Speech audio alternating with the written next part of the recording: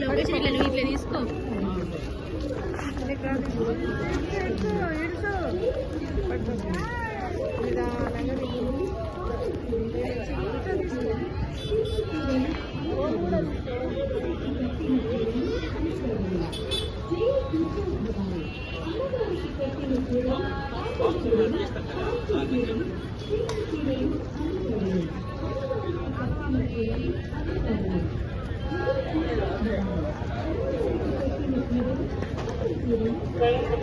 భక్తులు గమనించగలరు.